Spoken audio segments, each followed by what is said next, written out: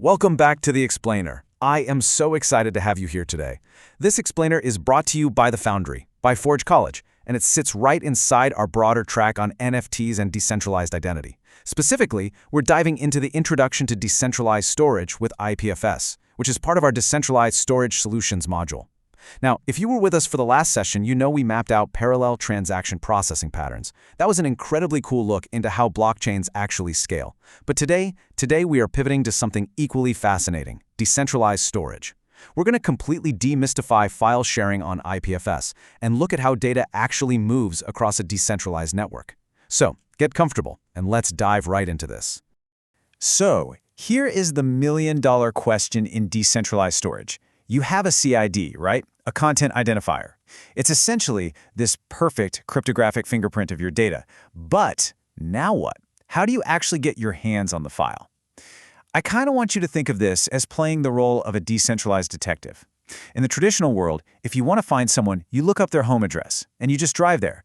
But with the CID, you don't have an address, you just have the fingerprint. You have the identity of the data, but absolutely zero idea where it physically lives. It could be sitting on a massive server rack in Tokyo, or it could be on your neighbor's overheating laptop. How do we actually track it down? Okay, here is our mission briefing for today. 1. The content retrieval paradox. 2. The 4-step pipeline. 3. Bitswap and block assembly. 4. Sharing a 5 MB image. And finally, 5. Ensuring data availability. All right, let's jump straight into section 1, the content retrieval paradox. Location versus content. There's this really stark contrast between the traditional web and IPFS. With the traditional web, we use location-based routing. You type in a URL, and that resolves to an IP address. That's an exact physical server sitting somewhere in the world. You know exactly where to go. But IPFS uses content-based routing. You only have that CID fingerprint. The identity of the data is completely 100% decoupled from its location. And honestly, the paradox is this: without an address, how on earth do you route a request? Without a centralized server, how do you guarantee someone actually picks up the phone when you call? Let's figure that out in section 2, the 4-step pipeline, turning SIDs to bytes. There's actually a highly concrete, super elegant sequence of events that magically turns your abstract CID into physical bytes on your machine.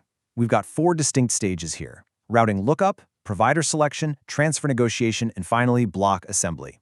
Now, the absolute crucial takeaway here is that this isn't just some fragile straight line, it's a resilient pipeline. If your node hits a dead end at, say, stage 3, it doesn't just throw its hands up and crash. It simply backs up, retries an earlier stage like the routing lookup, and finds a completely different path. It's incredibly robust. Let's zoom in on that very first step, content routing. This is almost always driven by a DHT, or a distributed hash table. I want you to think of the DHT as this massive, totally decentralized phone book. Remember our decentralized detective analogy? When your node wants a file, it starts literally asking around the digital neighborhood. It uses what we call iterative queries. Basically, it asks peers who are mathematically closer to the CID's fingerprint if they happen to know anyone hosting the content. It's essentially saying, hey, does anybody here have a provider record claiming they host the specific fingerprint? So once our detective gathers a list of candidates claiming to have the file, we hit step 2, provider selection. Your node doesn't just blindly pick the first one on the list. Not at all. It ranks them. It's looking for the lowest latency, the highest connection stability, and solid recorded bandwidth history. And obviously, if it happens to have the file in its own local cache already, even better. Often, to really speed things up, your node will attempt parallel connections to several providers all at once. It's basically hedging its bets to get you that data as fast as humanly possible. Which brings us nicely to section 3, Bitswap and block assembly, getting those puzzle pieces. Okay, I absolutely love explaining Bitswap because honestly, it sounds like some futuristic barter system for digital puzzle pieces. And, well, that's exactly what it is. Your node doesn't just demand the whole file all at once. Files in IPFS are actually chunked into much smaller blocks. Bitswap sends out a want list of specific block CIDs to connected peers and negotiates a piecewise transfer. The true beauty of this is that it handles block deduplication automatically, and it can request different blocks from different peers in parallel. It is a masterclass in highly efficient negotiation. As all those digital puzzle pieces come flying in, we enter the final step, block assembly. Now, in the wider courses and learning programs we design at Forge College, we heavily emphasize this concept of don't trust, verify. and IPFS embodies this perfectly. Your node doesn't just blindly accept the block someone sends it. It mathematically verifies every single one. It recomputes the hash of the received block and checks it against the expected CID digest. Only if the math definitively proves it's the exact right data does it go ahead and reconstruct those blocks in the correct Unix FS order.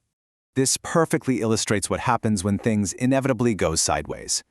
Consider this our diagnostic engineer's chart. During routing lookup, maybe there are just simply no providers out there.